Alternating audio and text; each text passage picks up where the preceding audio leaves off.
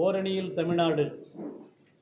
இன்று இந்த தமிழ்நாட்டிற்கு இழைக்கப்படுகிற அநீதிகளை எல்லாம் அவர்களுக்கு எடுத்துச் சொல்லி இந்த தமிழ்நாட்டை ஓரணியில் கொண்டு வர வேண்டும் என்ற நோக்கத்தோடு அவர் இந்த இயக்கத்தை இன்று சென்னையிலே துவங்கி வைத்திருக்கிறார். நாளை மறுநாள் முதல் அனைத்து மாவட்டங்களிலும் இந்த இல்லந்தோறும் சென்று அங்கே இருக்கிற மக்களுக்கு இல்லந்தோறும் சென்று இப்பொழுது தமிழகத்திற்கு ஏற்பட்டிருக்கிற ஆபத்துக்கள், குறிப்பாக மொழிக்கு ஏற்பட்டிருக்கிற ஆபத்து, நம் இனத்திற்கு ஏற்பட்டிருக்கிற ஆபத்து, நம் வரலாற்றிற்கு ஏற்பட்டிருக்கிற ஆபத்து, இவைகளையெல்லாம் எல்லோருக்கும் தெரியும் என்றாலும் அதை மீண்டும் எடுத்துச் சொல்ல வேண்டும் என்று தமிழக முதலமைச்சர் அவர்கள் ஆணையிட்டிருக்கிறார்கள்.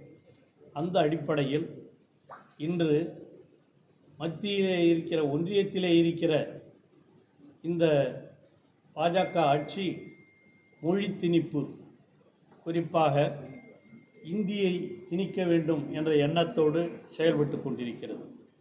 புதிய கல்விக் கொள்கையாக இருந்தாலும் எப்படியாவது இந்தியை புகுத்திவிட வேண்டும் என்று நினைக்கிறார்கள். அவர்கள் ஆளுகிற மாநிலங்களிலேயே அதை நடைமுறைப்படுத்த முயற்சி செய்து அதிலே தோல்வியுற்றிருக்கிறார். அதைத்தான் தமிழக முதலமைச்சர் அவர்கள் இங்கே நம்முடைய பேரறிஞர் அண்ணா காலத்திலே இருந்து கொண்டு வரப்பட்ட இருமொழிக் கொள்கை தான் இருக்கும். புதிய கல்விக் கொள்கையிலே 3 மொழி படிக்க வேண்டும் என்று சொல்வதையெல்லாம் நாங்கள் நிறைவேற்ற மாட்டோம் என்று தமிழக முதலமைச்சர் தளபதி அவர்கள் உறுதியாக சொல்லி, தமிழை காப்போம், தமிழ் மொழியை காப்போம். தமிழ்நாட்டை பொறுத்தவரையில் அந்த காலத்திலிருந்து இந்திய எதிர்ப்பு போராட்டத்திலே ஈடுபட்டு அதற்காக உயிர் தியாகம் செய்த மண் தான் இந்த மண். ஆகவே அந்த தமிழ் மொழி, தமிழ் இனம், அவைகளையெல்லாம் இந்த மக்களுக்கு எடுத்துச் சொல்ல வேண்டும் என்ற உணர்வோடு தான் தமிழ்நாட்டில் உள்ள அனைத்து குடும்பத்தினரையும் ஓரணியில் தமிழ்நாடு என்கிற ஒரே குடையின் கீழ் ஒன்றிணைப்பது தான் இதனுடைய நோக்கம். மொழியின் அடிப்படையில் அவர்களை ஒருங்கிணைக்க வேண்டும். நாட்டு உணர்வின் அடிப்படையில் அவர்கள் ஒன்றாக்க வேண்டும். குறிப்பாக இன்று நான் முன்பே சொன்னதைப் போல ஒன்றிய அரசு மொழி திணிப்பு மட்டுமல்ல, நம்முடைய வரலாற்றையே மறைக்கிற அளவிற்கு கீழடியில் கண்டெடுக்கப்பட்ட அந்த ஆராய்ச்சி நிறுவனங்களை எல்லாம் வெளிநாட்டிலே இருப்பவர்கள், அமெரிக்காவிலே இருப்பவர்கள் கூட ஏற்றுக்கொண்டு அதற்கான புகைப்படங்களை எல்லாம் வெளியிட்டிருக்கிற இந்த காலகட்டத்திலேயும் அதனுடைய அறிக்கையை ஒன்றிய அரசு வெளியிட மறுக்கிறது. அதையும் வெளியிட வேண்டும் என்று நம்முடைய தமிழக முதல்வர் தளபதி அவர்கள் ஒன்றிய அரசை வலியுறுத்தி இருக்கிறார்கள். இது ஒரு பாசிச ஆட்சியாக நடைபெற்று கொண்டிருக்கிறது. நாம் நீட்டுத் தேர்வே கூடாது என்று சொன்னோம். அந்த நீட்டுத் தேர்வையும் அவர்கள் தடுத்து நிறுத்துவதற்கு தயாராக இல்லை. ஆகவே இந்த மாநிலங்களிலே பாசிசத்தை நுழைக்க வேண்டும் என்று அவர் எடுக்கிற முயற்சிகளை எல்லாம் நீங்கள் நன்கு அறிவீர்கள். அதேபோல் உத்தரப்பிரதேசம், பீகார் உள்ளிட்ட வட மாநிலங்கள் கூட தங்கள் தாய்மொழியை இழந்து இந்தி என்கிற ஒரு மொழியை மட்டுமே கற்கும் அவலத்தில் சிக்கியுள்ளன. அதையெல்லாம் மாற்ற வேண்டும். ஆங்கிலமா என்று கேட்டவர்களெல்லாம் அமித்ஷாவை போன்றவர்களெல்லாம் கேட்டார்கள். இன்று ஆங்கிலம், அதைத்தான் பேரறிஞர் அண்ணா அவர்கள் அந்த காலத்திலேயே சொன்னார். இன்டர்நேஷ்னல் லாங்குவேஜ் அது ஆங்கிலம், நமக்காக இருப்பது தமிழ். குறிப்பாக அவர் ஒரு உதாரணத்தையே எடுத்து சொன்னார். அண்ணா அவர்கள் ஒரு வீட்டிற்கு செல்கிற பொழுது ஒரு ஓட்டை போட்டிருந்தான் சுவற்றில். அந்த ஓட்டை எதற்காக என்று கேட்டபொழுது பூனை நுழைவதற்காக என்று சொன்னார். பூனை நுழைவதற்கு யாருன்னா செவுத்தில் ஓட்டை போடுவாங்களையான்னு சொல்லிட்டு வந்துட்டார். அடுத்த வாரம் போகும்போது பக்கத்திலே ஒரு சிறிய ஓட்டை போட்டிருந்தது. அந்த சிறிய ஓட்டை எதற்கு என்று கேட்டபொழுது பூனை குட்டி செல்வதற்கு என்று சொன்னாங்க. அப்பொழுதுதான் அண்ணா கேட்டாராம், ஏன் பூனைக்கு ஒரு ஓட்டை, பூனை குட்டிக்கு ஒரு ஓட்டையா? இன்டர்நேஷ்னல் லாங்குவேஜ் ஆங்கிலம் என்பது பெரிய ஓட்டை இருக்கிறது, இந்த சின்ன ஓட்டை என்ற இந்தி தேவையில்லை என்று அண்ணா அப்பொழுதே உதாரணத்தோடு சொன்னார். அந்த அடிப்படையில் தான் நம்முடைய தமிழக முதலமைச்சர் தளபதி அவர்கள் இருமொழிக் கொள்கைதான் தமிழில் படிப்பவர்களுக்கு வேலை வாய்ப்புகளிலே அதிகம் கொடுத்திருக்கிறார்கள். தமிழ் படிக்க வேண்டும் என்று அவர்கள் எல்லா இடங்களிலேயும், அவர்கள் அரசு பள்ளிகளாக இருந்தாலும் தனியார் பள்ளிகளாக இருந்தாலும் தமிழ் மொழியிலே பயில்பவர்களுக்கான சலுகைகளையும் தமிழக முதலமைச்சர் தளபதி அவர்கள் கொடுத்திருக்கிறார். ஆகவே அப்பொழுதிருந்த அந்த இந்திய எதிர்ப்பு போராட்டம், அதிலே உயிர்நீத்த மாணவர்கள் ராஜேந்திரன் போன்றவர்களெல்லாம் அப்பொழுது எப்படி உயிர் நீத்தார்கள் 1964, 65களிலே என்பதையெல்லாம் தமிழகத்து இளைஞர்களுக்கு எடுத்துச் சொல்ல வேண்டும். வீடு வீடாக இந்த மொழிக்கு பற்றியும் நாட்டை பற்றியும் எடுத்துச் சொல்லி இந்த மொழி உணர்வை, நாட்டுணர்வை உருவாக்க வேண்டும். இதுதான் ஓரணியில் தமிழ்நாடு. அதற்கு அதேபோல் அந்த 4 ஆண்டுகளில் தமிழக முதலமைச்சர் செய்திருக்கிற சாதனைகளை எல்லாம் இல்லந்தோறும் சொல்ல வேண்டும். இல்லந்தோறும் சென்று உங்களுக்கு இந்த உதவி கிடைத்ததா, உங்களுக்கு உரிமை பெண் திட்டம் கிடைக்கிறதா, அதுவும் இப்பொழுது அதிலேயும் திருத்தம் கொண்டு வந்து இன்று அதை கூட தமிழக முதலமைச்சர் அவர்கள் சொல்லியிருக்கிறார்கள். செப்டம்பர் மாதத்திலிருந்து வழங்கப்படும் விடுபட்டவர்களுக்கும் தகுதியுள்ளவர்களுக்கு என்று அறிவித்திருக்கிறார்கள். அதுவும் ஒன்று. அதுபோல உரிமை தொகை மட்டுமல்ல, அவர்கள் பேருந்து பயணம், விடியல் பயணம், அதையும் தமிழக முதலமைச்சர் அவர்கள் செய்திருக்கிறார்கள். இதையெல்லாம் அவர்களுக்கு உங்கள் வீட்டிற்கு வருகிறதா, உங்கள் வீட்டிற்கு கிடைக்கிறதா, உங்கள் வீட்டு பிள்ளைகள் கல்லூரிகளிலே படிக்கிறார்களா, படிக்கிற பிள்ளைகளுக்கு மாதம் 1000 ரூபாய் வருகிறதா என்பதையெல்லாம் கேட்டறிந்து இந்த 4 ஆண்டு சாதனைகளையும் அந்த மக்களுக்கு எடுத்துச் சொல்ல வேண்டும். இவைகளையெல்லாம் எடுத்துச் சொல்லி ஓரணியில் தமிழ்நாடு என்ற அடிப்படையில் இது எதிர்க்கட்சிக்காரர் வீடுகளாக இருந்தாலும் எல்லா வீடுகளுக்கும் சென்று அங்கே அமர்ந்து 10 நிமிஷம் அமர்ந்து இதை சொல்ல வேண்டும் என்று ஆணையிட்டிருக்கிறார் தமிழக முதலமைச்சர் தளபதி அவர்கள். ஆக இந்த 4 ஆண்டு சாதனைகளையும் எடுத்து சொல்லி இன்று ஒன்றிய அரசு எடுக்கிற இந்த பாசிச முயற்சிகளையும் தடுத்து நிறுத்த மதுரையிலே நடைபெற்ற மாநாட்டிலே நடந்தவைகளையெல்லாம் கூட நீங்கள் அறிந்திருப்பீர்கள்.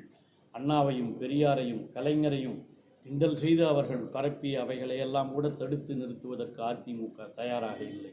சேராத இடம் தண்ணில் சேர்ந்திருக்கிறார்கள். அவர்களையும் நாம் எதிர்கொள்ள வேண்டிய அவசியம் இருக்கிறது.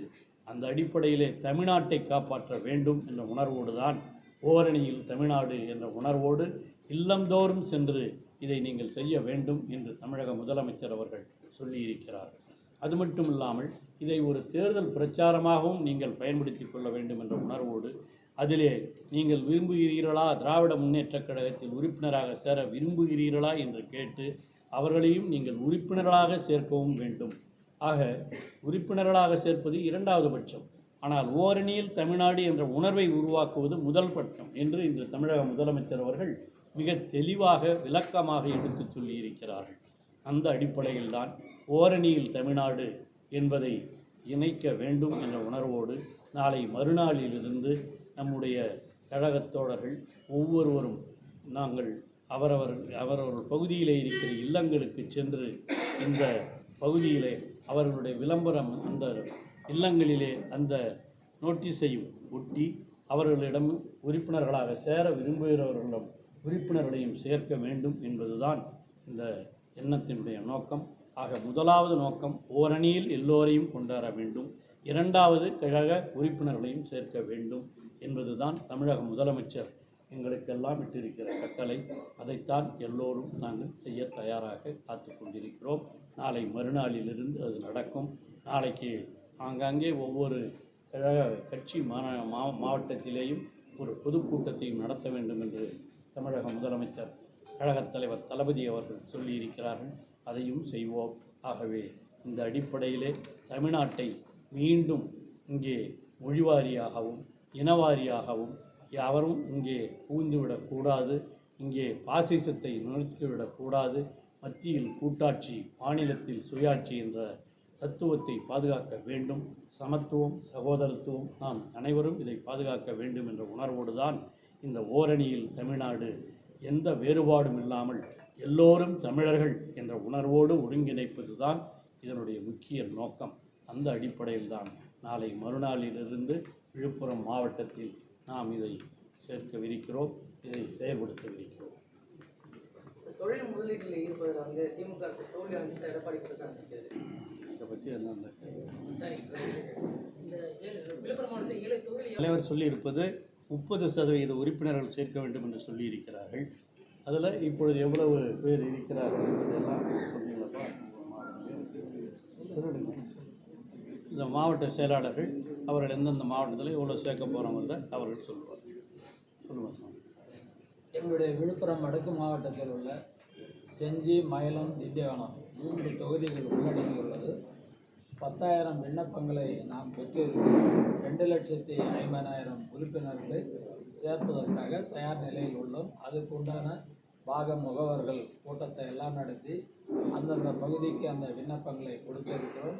நாளை மறுநாள் ஓரணியில் தமிழ்நாடு என்கிற அந்த திட்டத்தை வகுத்து கொண்டு இல்லந்தோறும் செல்வது, கழக ஆட்சியினுடைய சாதனைகளை எடுத்து சொல்வது, ஒன்றியத்தினுடைய அரசாங்கத்தினுடைய நிலைப்பாடுகளை குறித்து சொல்வது, தமிழ்நாட்டுக்கு இழைக்கப்பட்ட அந்த இடையூறுகள், அந்த நிதி ஒதுக்கீடு அளிக்காது இருக்கிற விவரத்தை எல்லாம் எடுத்து சொல்வது, கழக அரசின் சாதனைகளை விளக்கி சொல்வது, அனைவரும் ஓரணியில் இணைப்பது, திராவிட முன்னேற்றக் கழகத்தில் உறுப்பினர்களை சேர்ப்பது என்பது நாம் திட்டவட்டமாக அதை வகுத்து செயல்பட இருக்கிறோம். விழுப்புரம் இன்று கழகத் தலைவர் மாண்புமிகு முதலமைச்சர் அண்ணன் தளபதியார் அவர்கள் வரலாற்று சிறப்புமிக்க ஒரு நிகழ்வினை, ஒரு பரப்புரையை, ஓரணியில் தமிழ்நாடு என்ற அந்த பரப்புரையை துவக்கி வைத்திருக்கின்றார்கள்.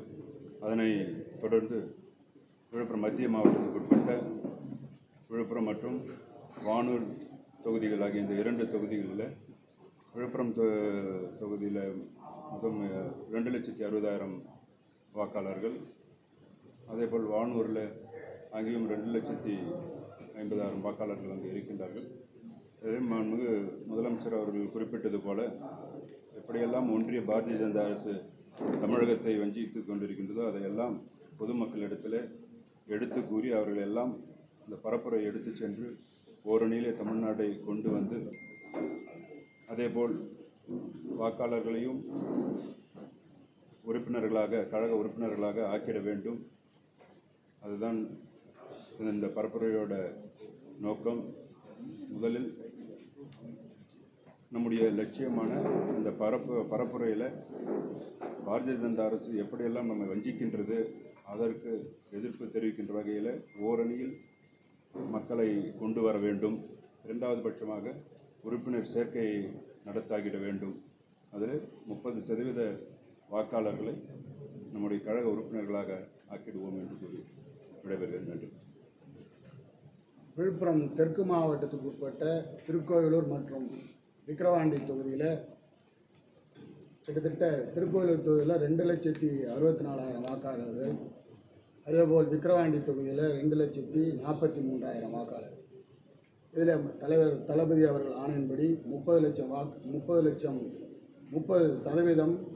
வாக்காளர்களை நாம் உறுப்பினர்களாக சேர்த்திட வேண்டும் என்று தளபதி ஆணைக்கேற்று கடந்த 2 நாட்களாக நாங்கள் எங்களுடைய BLA 2 மற்றும் BDA என்கிற பூத் டிஜிட்டலைசேஷன், அதாவது புதியதாக ஒரு செயலியை இந்தியாவிலே எந்த கட்சியும் இல்லாத அளவிற்கு திராவிட முன்னேற்றக் கழகத்தில் தான் முதலிலே ஒரு செயலியை கண்டுபிடித்து செயலி மூலமாக உறுப்பினர்களை சேர்க்கின்ற, அதற்கு பயிற்சி கொடுக்கிற நிகழ்ச்சி எல்லாம் கடந்த 2 நாட்களாக மிக சிறப்பாக நடைபெற்று முடிந்திருக்கிறது. உங்களுடைய தோழர்கள்லாம் மிக ஆர்வமாக அதிலே உறுப்பினர்களை சேர்ப்பதற்கு ஆர்வமாக இருக்கிறார்கள். இந்த 2 நாட்களிலே அதெல்லாம் மிக சிறப்பாக தெளிவாக தெரிந்தது. அதைத் தொடர்ந்து தான் நாளை திருக்கோயிலூர் நகரத்தில் மிகப்பெரிய இந்த உறுப்பினர் சேர்க்கும் நிகழ்ச்சியை மக்களுக்கு தெரியப்படுத்தும் வகையில் மிகப்பெரிய ஒரு பொதுக்கூட்டத்தை திருக்கோயிலூர் நகரத்தில் நடத்த இருக்கிறோம். அதைத் தொடர்ந்து 3ஆம் தேதி இந்த உறுப்பினர் சேர்க்கை நிகழ்ச்சி தொடங்கி இருக்கிறது. 30% என்று தலைவர் சொல்லியிருக்கிறார். ஆனால் உங்கள் கழகத்தின் தோழர்கள் எல்லாம் ஆர்வமாக கண்டிப்பாக அதைவிட அதிகமாகவே கிட்டத்தட்ட 40 to 50% நாம் நம்முடைய உறுப்பினர்களை சேர்த்து விடலாம் என்று நம்முடைய கழக தோழர்கள் எல்லாம் எங்களுக்கு ஆலோசனைகள் சொல்லியிருக்கிறார்கள். அதேபோல் நாங்கள் கண்டிப்பாக தலைவர் எதிர்பார்ப்பதை விட, ஏனென்றால் இந்த விழுப்புரம் மாவட்டம் எப்பொழுதும் தளபதியின் கோட்டையாக விலகி கொண்டிருக்கிற அந்த மாவட்டம் கண்டிப்பாக 40%க்கும் மேல் நாங்கள் உறுப்பினர்களை சேர்த்து தளபதி அவர்களை பெருமைப்படுத்துவோம். 2026 தேர்தலில் மிகப்பெரிய வெற்றியை தளபதி அவர்களுக்கு, அதேபோல் எங்களுடைய துணை முதலமைச்சர் உதயநிதி ஸ்டாலின் அவர்களுக்கும் சமர்ப்பிப்போம் என்பதை விழுப்புரம் தெற்கு மாவட்ட கழகத்தின் சார்பாக நான் இதை தெரிவித்துக் கொள்கிறேன்.